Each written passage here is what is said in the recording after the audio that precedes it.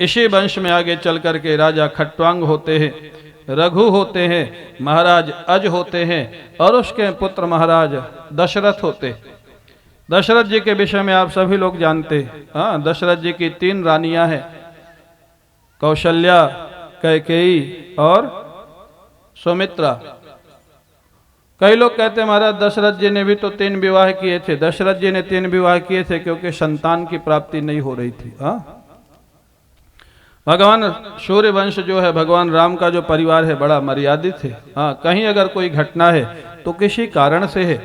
महाराज दशरथ के 3 विवाह हो गए लेकिन कोई संतान की प्राप्ति नहीं हुई। बहुत आयु निकल गई, तीसरापन आ गया। तीसरापन माने 75 के बाद की आयु। बहुत बड़ी अवस्था हो गई। अब महाराज दशरथ को चिंता होती है। महाराज दशरथ को जब चिंता हुई तो कहाँ जाते हैं? अपने गुरुदेव के पास। हाँ, महाराज दशरथ के गुरुजी कौन है? कौन? बोलिए आप लोग। वशिष्ठ जी महाराज। हाँ, वशिष्ठ जी के पास जाते। गोस्वामी जी महाराज लिखते हैं, एक बार भूपति मन माही, भई गलानि मोरे सुत नाहि। निज दुख सुख सब गुरु ही सुनायो, तब वशिष्ठ बहुविधि समुझायो। धरहु धीर होई है सुतचारी, त्रिभुवन विदित भगत भयहारी। वशिष्ठ जी के पास जाते हैं और अगर समर्थ गुरु है तो अपने जीवन की कोई भी घटना है, कोई भी समस्या है तो गुरु से निवेदन करना चाहिए। कई लोग कहते हैं महाराज गुरु से भगवान से कुछ मत मांगो। तो किससे मांगोगे? चपरासी से मांगोगे? हाँ, गांव वालों से मांगोगे? अरे मांगना है तो भगवान से मांगो, नहीं मांगना है तो किसी से मत मांगो। आपका बेटा आपसे नहीं मांगे और पड़ोसी से मांगे तो आपको अच्छा लगेगा कि खराब लगेगा? क्या लगेगा? खराब लगेगा। आप भगवान के भक्त हैं, आपको कुछ चाहिए तो भगवान से मांगो, नहीं चाहिए तो बहुत अच्छा। भगवान से तो मांगे नहीं, सुन लिया, भगवान से मांगना नहीं चाहिए तो दुनिया से क्यों मांगते हो? फिर नहीं मांगना है तो किसी से मत मांगो, मांगना है तो भगवान से मांगो। वशिष्ठ जी के पास जाते हैं महाराज दशरथ, अपना कष्ट सुनाया। हाँ गुरुदेव, चौथापन आ गया, बुढ़ापा आने की तैयारी में है, कोई संतान नहीं हुई, अब कुछ करिए। वशिष्ठ जी ने कहा राजन चिंता मत करो, धैर्य धारण करो।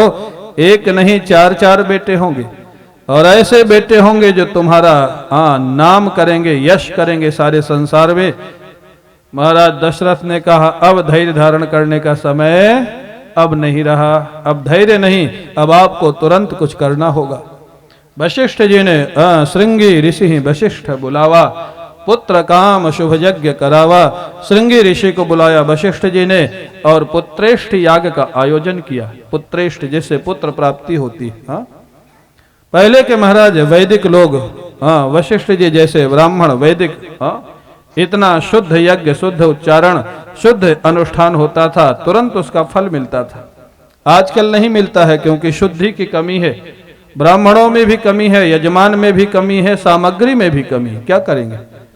ये जो खाद वाला सामान है ना, पेस्टिसाइड जिसमें डालते हैं, सब्जी है, गेहूं है, चना है, जो भी सामान है ये अशुद्ध माना जाता है। वो यज्ञ में इसकी उपयोगिता नहीं होती, लेकिन आज करें क्या, उसके अलावा कुछ मिलता ही नहीं। और यजमान की अशुद्धि, जो यजमान प्रतिदिन गायत्री जप नहीं करता है, अग्निहोत्र नहीं करता है, वो यज्ञ में बैठने का अधिकारी नहीं होता है। जो यज्ञोपवीत नहीं रखता है, चोटी नहीं रखता है, आज कितने लोग रखते हैं? कुछ ऐसे होंगे, देखो एक व्यक्ति ने हाथ उठाया, वो रखते हैं, चोटी रखते हैं, जनेऊ रखते हैं। तो 1-2 व्यक्ति जरूर ऐसे होंगे जो रखते होंगे। वो दर्शनीय है, सब लोग मुड़ के उन्हीं की तरफ देख रहे हैं, कौन है ऐसा अजीब आदमी जो रखता है? माने हम तो रखते नहीं है, वो अजीब आदमी कौन है जो रखता है? किसी से पूछो तुम्हारी चोटी कहाँ गई?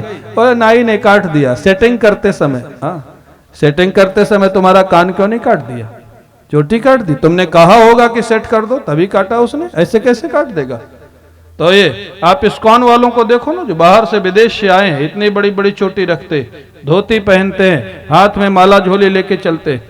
यहाँ किसी को बोलो हाथ में माला झोली ले लो, हाथ में लेने के बाद छोड़ो, कमरे में भी नहीं जप करते। हाँ, कहते लोग क्या कहेंगे। हाँ, धोती पहनेंगे, चोटी रखेंगे तो लोग क्या कहेंगे। तुम जब होटल में जाते हो, डांस करते हो, ड्रिंक लेते हो, तब विचार करते हो लोग क्या कहेंगे। अपनी संस्कृति को फॉलो करने में विचार करते हो लोग क्या कहेंगे।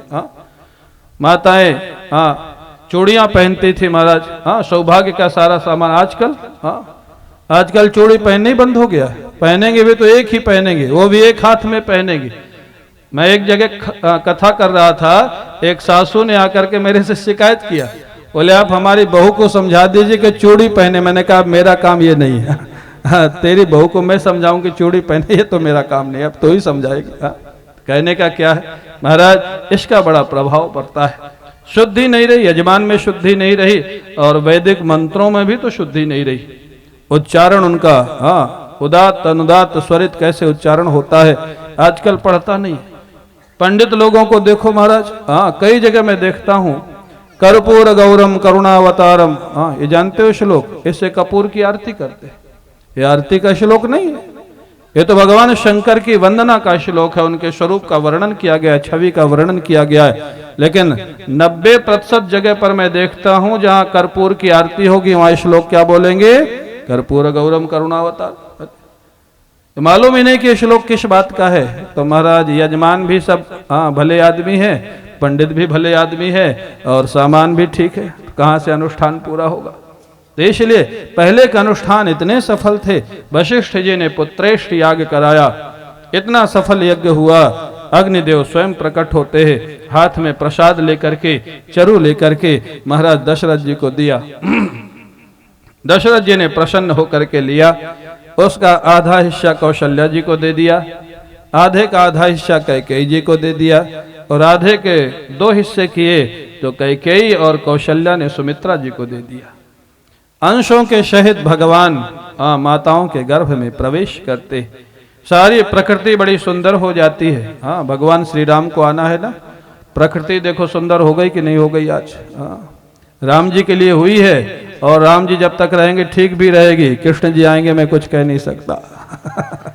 ये राम जी के लिए हुआ। राम जी आ जाने वाले हैं ना, प्रकृति सुंदर हो गई, न ठंडी न गर्मी। देखो इस समय न ठंडी है न गर्मी है। चैत्र का महीना था, देवता लोग स्तुति करके गए ही थे, सारे ग्रह नक्षत्र अनुकूल हो गए। भगवान श्री राम को आना है, ग्रह नक्षत्र अपने आप, अच्छा नक्षत्र आ गया, अच्छी राशि आ गई, अच्छे ग्रह आ गए। आजकल तो पंडित लोगों की बलिहारी है, राम जी की कुंडली बना देते, और कहते हैं राम जी का जब जन्म हुआ ना, वो अच्छे नक्षत्र में नहीं हुआ, इसलिए उनको वन में जाना पड़ा। पंडित लोग जो है उनको अपना नक्षत्र तो पता नहीं कि हमारा क्या होने वाला है, और राम जी का भविष्य बताना शुरू कर देते। तो इसलिए आप लोग ज्यादा चक्कर में मत पड़ना। यहाँ कोई ज्योतिषी बैठे हो तो नाराज मत होना। ये ज्योतिष ठीक है, लेकिन ज्योतिष के बहुत ज्यादा चक्कर में पड़ना नहीं चाहिए। अपना तो भविष्य पता नहीं कि हमारा क्या होने वाला है, राम जी का भविष्य बताएंगे। कई पंडित कहते हैं उनका विवाह ठीक मुहूर्त में नहीं हुआ था, तभी जानकी जी का वियोग हुआ। अरे राम जी के मतलब वशिष्ठ जी को जानकारी नहीं थी, आज के पंडितों को ज्यादा जानकारी। कैसी कैसी बात बताते। तो अभिप्राय जगह जगह चैनलों में आता है, सारी समस्याओं का समाधान चैनलों में आता है। जगह जगह होर्डिंग लगे रहते, क्या समस्याओं का समाधान हो जाता है? नहीं होता है महाराज। तो ठीक है, ठाकुर जी की लीला। भगवान का जब जन्म होने वाला था, सारे ग्रह नक्षत्र अपने आप अनुकूल हो गए, प्रकृति अनुकूल हो गई।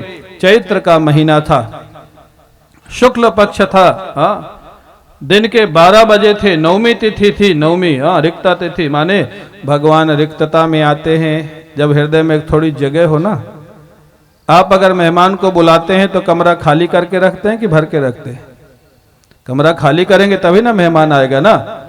अगर आपने हमको बुलाया, कमरा खाली नहीं होता तो हम कहाँ रहते? भगवान को अगर बुलाना है अपने जीवन में, तो अपने मन को थोड़ा उनके लिए खाली करना पड़ेगा कि नहीं? हृदय को खाली करना पड़ेगा कि नहीं? बोलो हाँ ना। तो आपको ही बोलना है, बाकी मैं बोलूंगा। मेरी शर्त है आपके साथ। हाँ, खाली करना पड़ेगा कि नहीं? हृदय को खाली किया भगवान के लिए कुछ?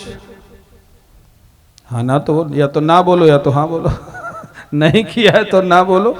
हाँ, हृदय में कुछ जगह रखो कि भगवान आवे तो बैठ सके। हाँ, भगवान के जप के समय जो मन चारों तरफ घूमता है ना, इसका मतलब है तुम्हारे हृदय में अभी जगह नहीं है। तुम्हारा हृदय तो चौराहा बना हुआ है। हाँ, एक आता है, दो जाता है, दो आता है, चार जाता है, ये दशा है। तो भगवान रिक्ता तिथि माने खाली जगह में आते हैं। नवमी तिथि थी, दिन के 12 बजे थे।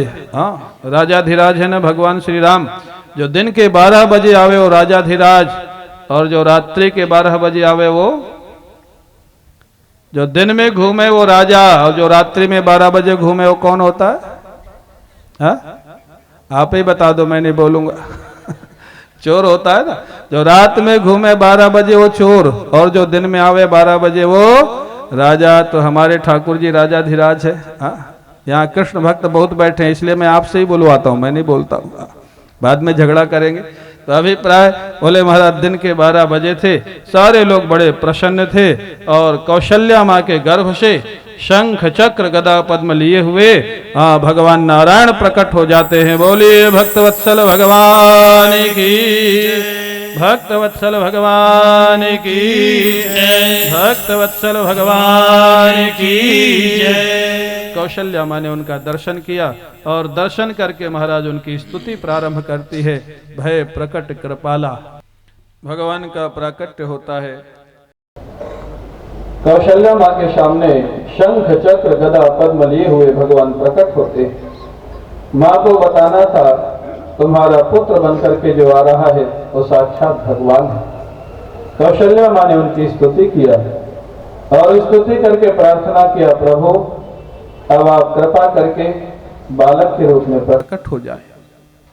जब तक आप चतुर्भुज बने रहेंगे हम आपको बच्चा मान करके उसका आनंद नहीं ले सकेंगे।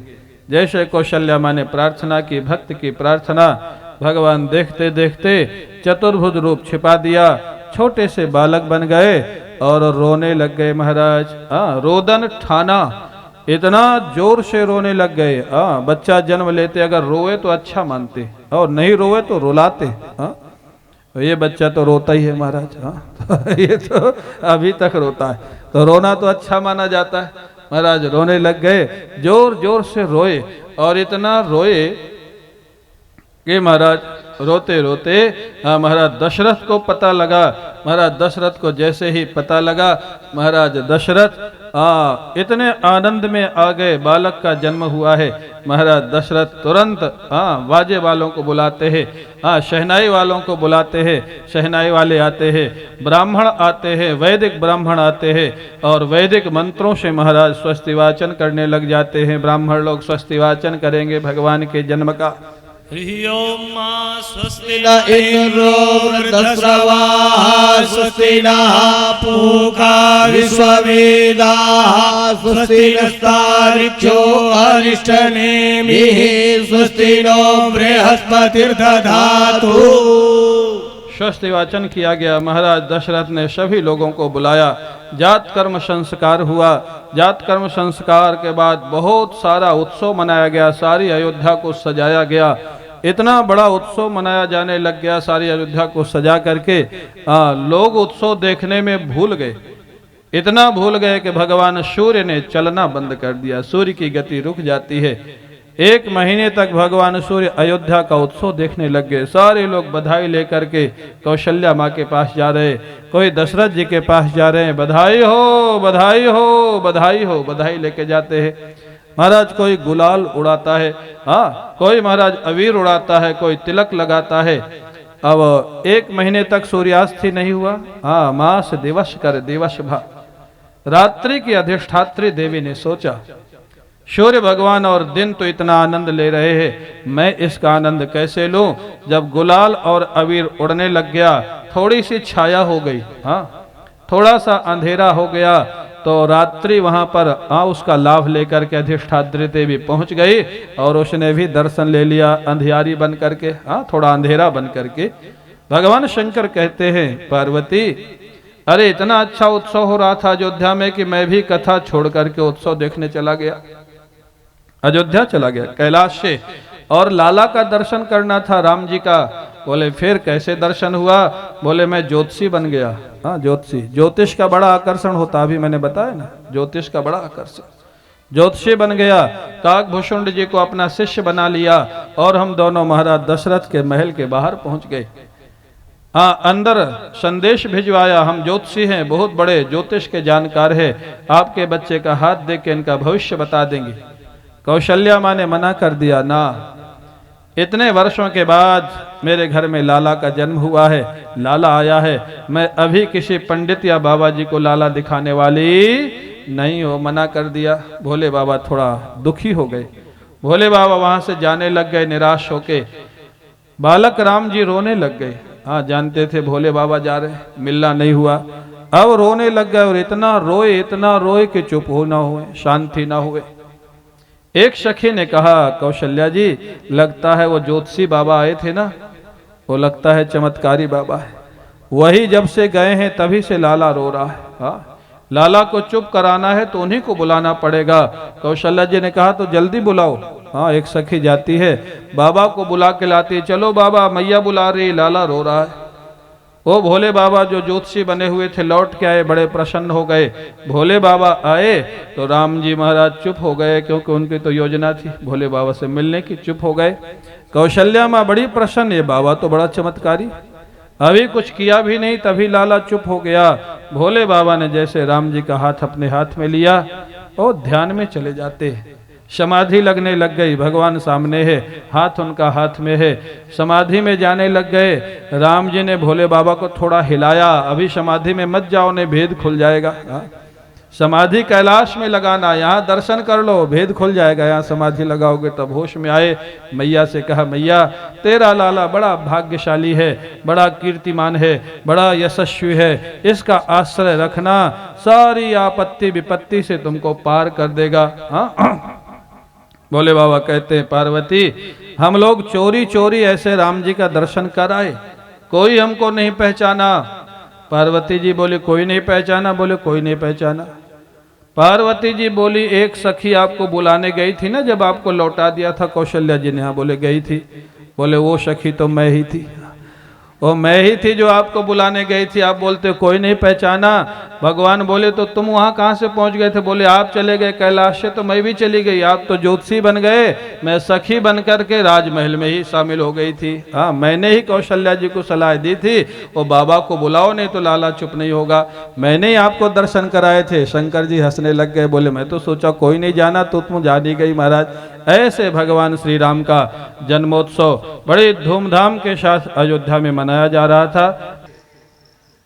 अयोध्या जी में बहुत धूमधाम के साथ, हाँ, गुजरात में क्या बोलते हैं, धाम धूम के साथ। हाँ, धूमधाम को धाम धूम एक ही बात है, आगे पीछे हो जाता है शब्द। हाँ, बहुत धूमधाम के साथ भगवान का प्राकट्योत्सव 1 महीने तक मनाया गया। उसके बाद भागवत में जो राम कथा है संक्षेप में है, लगभग 2 सवा 2 अध्याय में। सुखदेव जी बड़े सुयोग्य वक्ता हैं और मंगलाचरण के साथ साथ पूरी राम कथा भी कह देते हैं। सुखदेव जी महाराज कहते हैं, गुरुवर थे त्यक्त राज्यो व्यचदनुवनम पद्म पदभ्याम प्रियाया पाणिस्पर्शा क्षमाभ्याम व्रजपतरुजो यो हरीन्द्रानुजाभ्याम वैरूप्यात् शूर्पणख्याः प्रिय विरहरुषारोपित भ्रूविजृम्भ त्रस्ताब्धिर्बद्ध सेतुः खलदवदहनः कोसलेन्द्रोऽवतान्नः। गुरु अर्थे त्यक्त राज्य। सुखदेव जी महाराज कहते हैं, जिन्होंने पिता की आज्ञा मान करके राज्य का परित्याग कर दिया, अपने अनुज लक्ष्मण और भगवती जानकी जी के साथ वन वन की यात्रा की, जानकी जी का हरण कर लिया।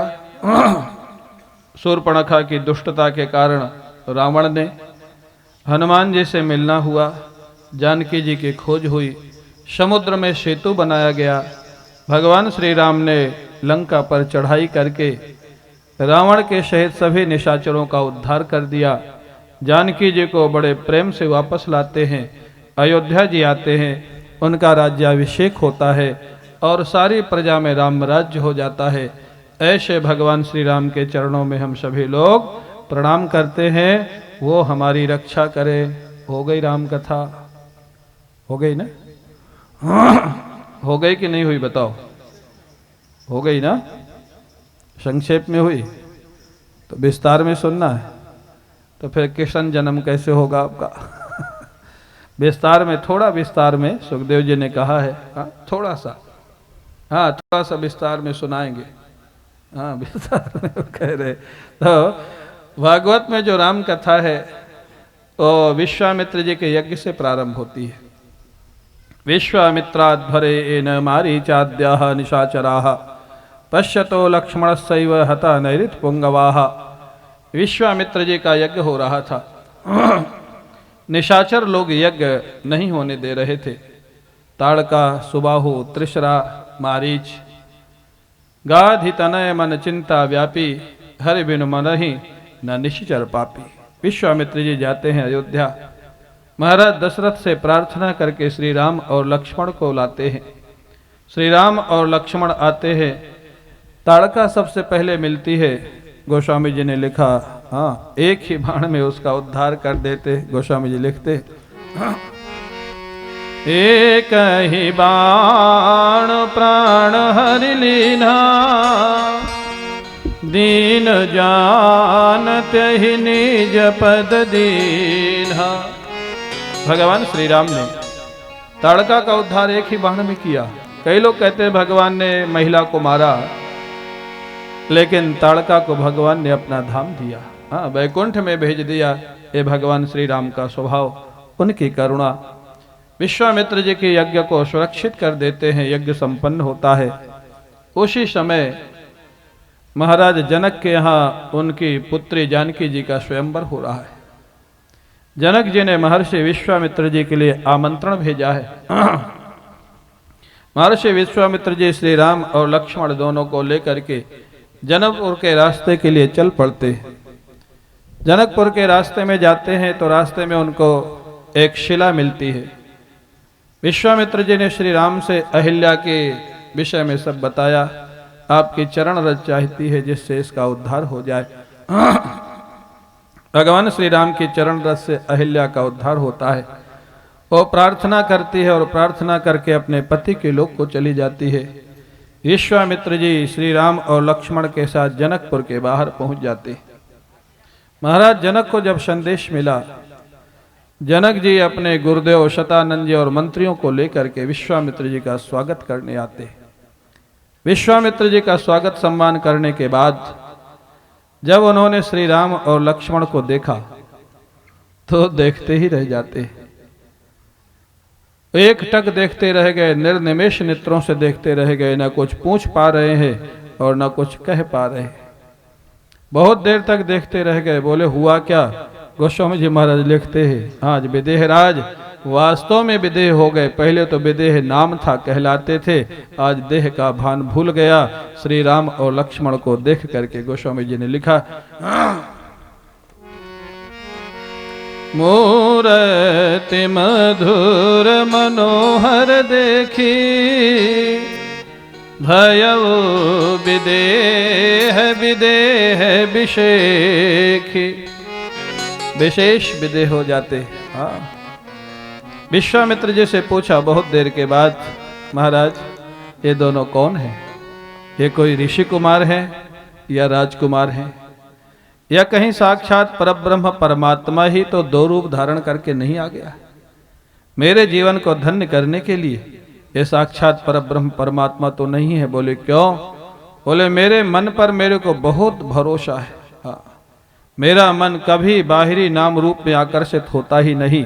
आज जीवन का पहला अवसर है, मेरा मन कहीं आकर्षित हो रहा है।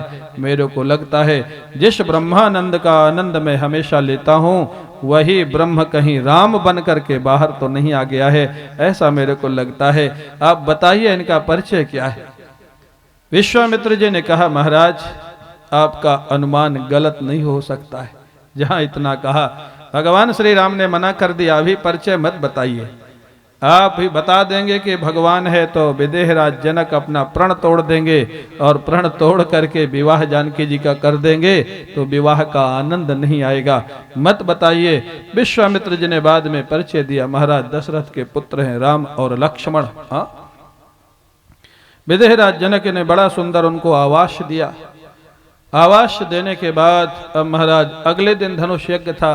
भगवान श्री राम ने विश्वामित्र जी से पूछा, विश्वामित्र गुरुदेव, लक्ष्मण जी नगर देखना चाहते, जनकपुर, आज का समय खाली है तो नगर देख ले।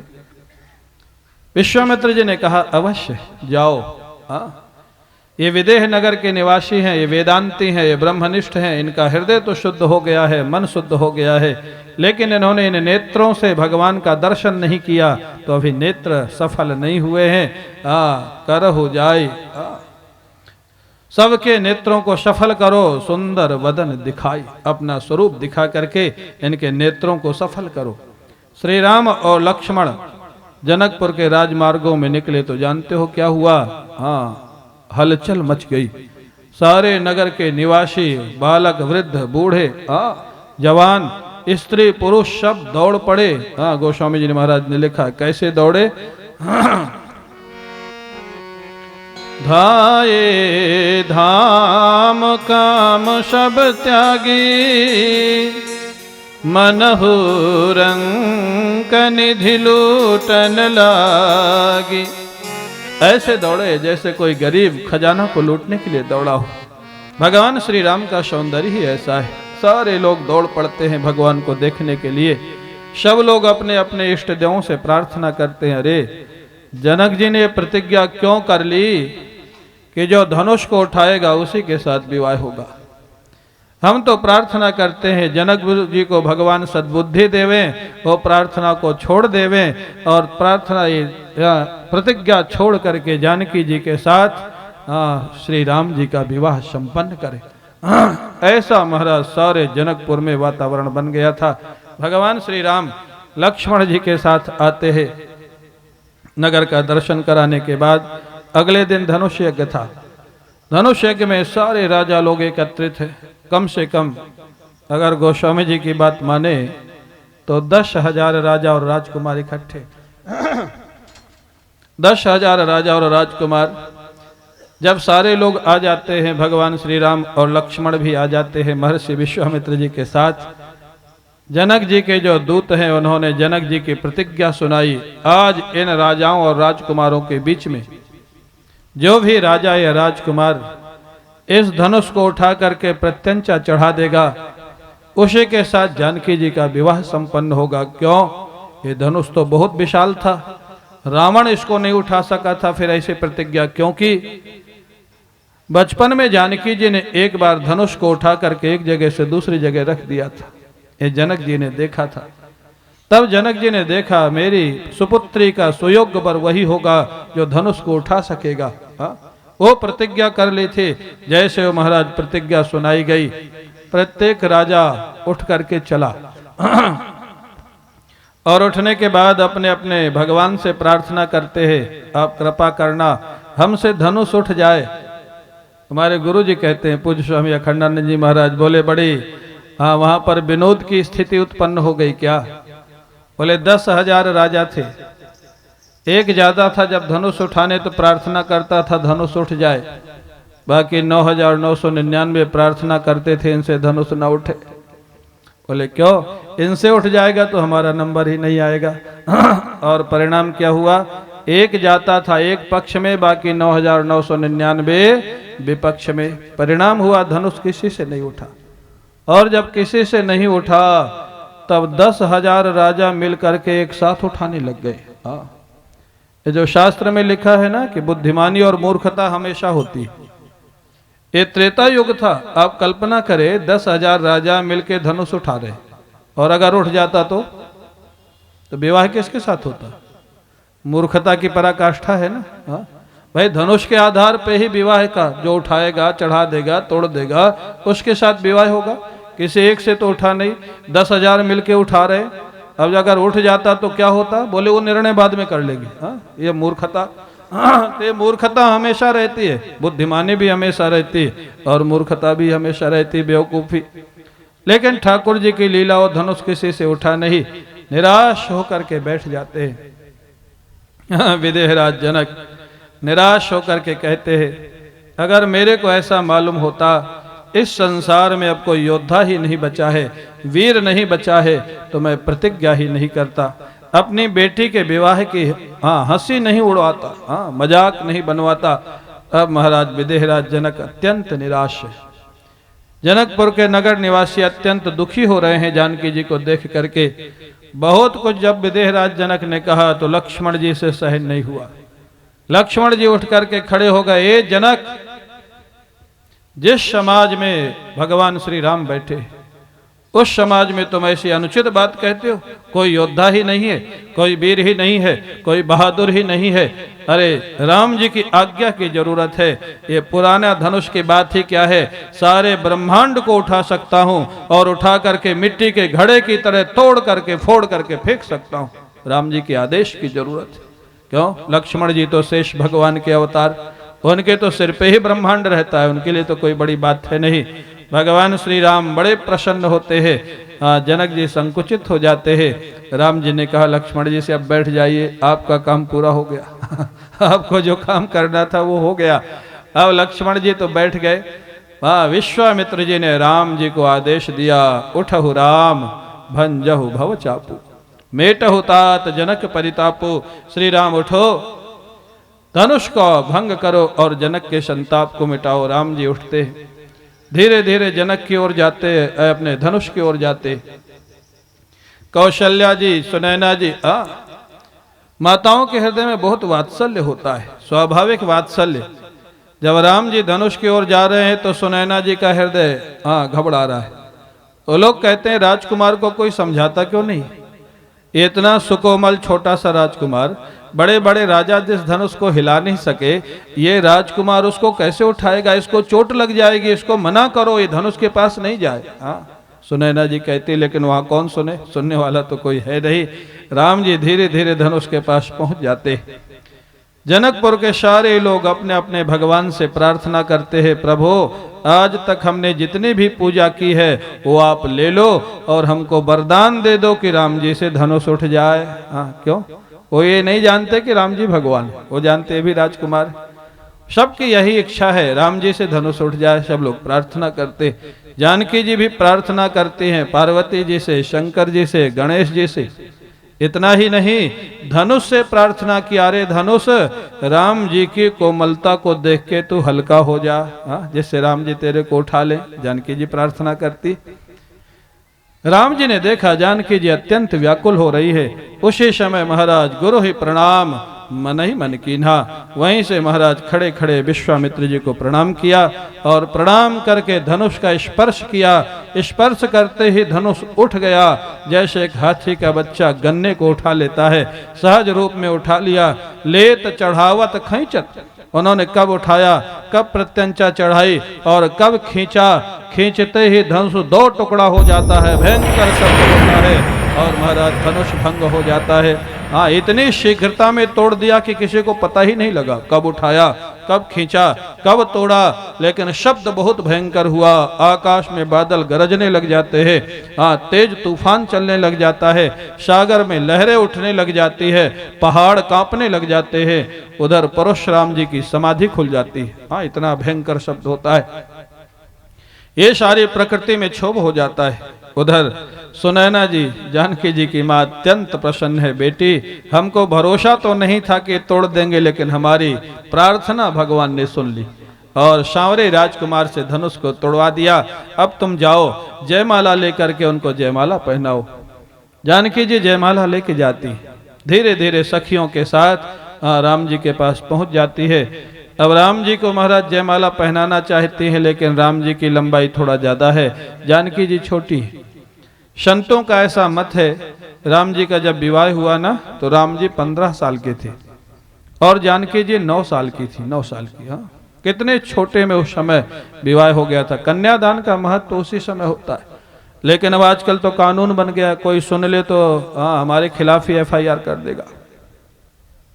कन्यादान का महत्व, उस समय विवाह जल्दी होता था, फिर उसके बाद कन्या अपने पिता के घर रहती थी, 3 साल बाद या 5 साल बाद दोबारा वो गौना जिसको बोलते हैं वो होता था, फिर उसकी विदाई होती थी।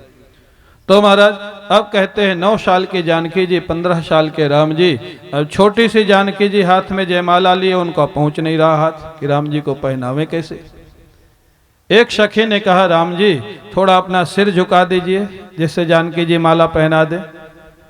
लक्ष्मण जी ने कहा भैया सिर मत झुकाना, ये ससुराल है, यहाँ लोग मजाक करेंगे, सिर मत झुकाना। हाँ, सिर झुकाओगे तो लोग कहेंगे पहले प्रणाम किया था तब विवाह हुआ है। हाँ, सिर मत झुकाना।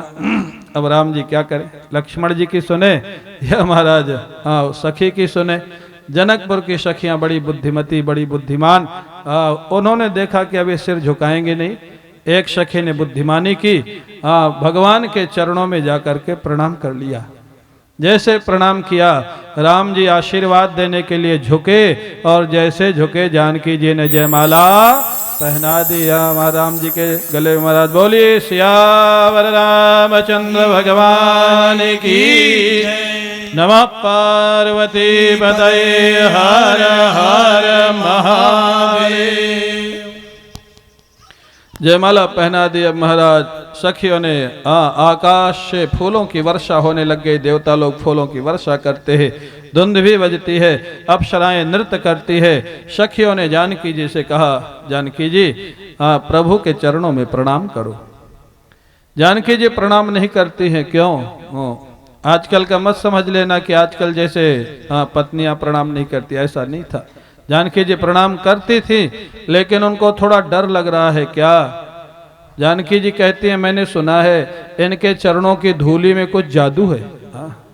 क्या जादू है? बोले पत्थर की शिला स्त्री हो गई है, मैंने सुना इनके चरणों की धूल से, तो मेरे को डर लगता है। पत्थर की शिला स्त्री हो गई तो स्त्री भी पत्थर की शिला हो सकती है, दोनों ही तो हो सकता है ना। अगर मैं चरण छूंगी तो कहीं कुछ गड़बड़ ना हो जाए। भगवान श्री राम मुस्कुराते हैं। जानकी जी के इस प्रेम को देख करके जानकी जी ने हाथ जोड़ करके प्रणाम किया और अपने महलों में चली जाती। परशुराम जी आते। परशुराम जी ने देखा शिव धनुष टूट गया है। परशुराम जी जोर से डांटते, ए जड़ जनक, ये शिव धनुष को किसने तोड़ा है? जल्दी उसको अलग कर दे, नहीं तो सबको मार डालूंगा। महाराज अब जो दुष्ट राजा थे, जो डरते थे ना, क्षत्रियों को बहुत मारते थे परशुराम जी, वो अपना अपना नाम बता के प्रणाम करके धीरे धीरे वहां से खिसकने लग गए कि अगर हमारे ऊपर ही फरसाना चल जाए कहीं। भाग गए धीरे धीरे। अब महाराज बहुत जब क्रोध किए परशुराम जी ने, तो राम जी ने कहा, बड़े सुंदर शब्दों में प्रार्थना की, प्रणाम किया। गोस्वामी जी महाराज लिखते हैं, नाथ शंभु धनु भंजनिहारा, होई है कोई दास तुम्हारा। महाराज शिव धनुष को तोड़ने वाला कोई आपका सेवक होगा, दूसरा कौन तोड़ सकता है? इतनी सामर्थ्य किसमें हो सकती है? परशुराम जी ने कहा मेरा सेवक और मेरे इष्ट के धनुष को तोड़े हो नहीं सकता है। वो सेवक नहीं है, मेरा दुश्मन है। वो जल्दी अलग हो जाए जहां भी बैठा हो। लक्ष्मण जी बीच में बोल पड़े। जानते हो लक्ष्मण जी बड़े महाराज नटखट थे। लक्ष्मण जी बोले, ऋषिवर हम तो बचपन से हमारा काम ही ये रहा है, धनुष बनाते थे और तोड़ते थे। बचपन में हम यही खेलते थे, खेल खेल में धनुष बनाते तोड़ते थे। बहु धनु ही तोरी लड़काई, कबहु नारस की गुसाई। बहुत सारे धनुष हम तोड़ चुके हैं बचपन में, आपने कभी ऐसा क्रोध नहीं किया। और ऋषिवर महात्मा को अगर कहीं ममता हो जाए तो अच्छा नहीं मानते हैं। ऐसा चिढ़ा दिया लक्ष्मण जी ने। परशुराम जी बोले, हे बालक, मैं तेरे को छोटा समझ करके छोड़ रहा हूँ, जानता नहीं है मेरा फरसा कितने क्षत्रियों को मार चुका है। 21 बार क्षत्रियों से विहीन कर चुका है इस पृथ्वी को मेरा इस फरसा ने, तो जानता नहीं है मेरे को। विश्वामित्र जी से कहा मेरे विषय में इनको बताओ, इस बालक को बताओ मेरे विषय में मैं कौन हूं। लक्ष्मण जी बोले, ऋषिवर आप स्वयं अपने विषय में इतना अच्छा बता रहे हैं, दूसरे की जरूरत ही नहीं है। ऐसा चिढ़ा देते थे बार बार। राम जी ने समझाया तो थोड़ा शांत हुए। लक्ष्मण जी फिर उधर खड़े होकर मुस्कुराने लग गए, फिर वो चिढ़ गए। परशुराम जी बोले इस बालक को मेरी आंखों से दूर ले जाओ, नहीं तो मार डालूंगा इसको। लक्ष्मण जी बोले ऋषिवर मैं कितनी भी दूर जाऊंगा आप देख लेंगे। एक उपाय मैं बता सकता हूं, आप अपनी आंखें बंद कर लीजिए तो मैं दिखूंगा ही नहीं। ऐसा परेशान करते थे, चिढ़ाते थे। परशुराम जी बहुत परेशान हो गए। परशुराम जी बोले तुम दोनों भाई मिले हुए हो, एक मेरे को परेशान करता है, एक मेरे को शांत करता है, तुम दोनों को मार डालूंगा मैं। राम जी बोले महाराज हमारी गलती बहुत छोटी सी है, आपका क्रोध बहुत ज्यादा है। अगर आप ब्राह्मण और ऋषि नहीं होते तो हम काल से भी नहीं डरते हैं महाराज, लेकिन हमको मालूम है जो ऋषियों की सेवा करता है, ऋषियों के चरणों में बैठता है, वो अभय हो जाता है, इसलिए हम आपसे सामना नहीं करते हैं। परशुराम जी को शंका हुई, ये तो भगवान तो नहीं है कहीं, इतना ऋषियों का सम्मान करने वाला भगवान को छोड़ के दूसरा नहीं हो सकता है। हाँ, परशुराम जी ने कहा राम ये धनुष पर प्रत्यंचा चढ़ा दो, मेरे को मालूम है इस धनुष पर प्रत्यंचा केवल भगवान चढ़ा सकते हैं, अगर तुम चढ़ा दोगे मैं समझ जाऊंगा आप भगवान के अवतार है। राम जी ने धनुष को लिया, प्रत्यंचा चढ़ा दी।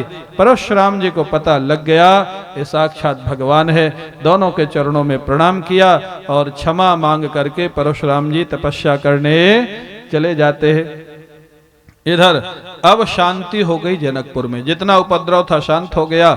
अब महाराज सतानंद जी ने कहा देखो भाई, विवाह तो धनुष के अधीन था, वो तो हो गया, लेकिन अभी विधि तो करनी पड़ेगी ना। माता पिता को पता ही नहीं कि राम जी का विवाह हो गया।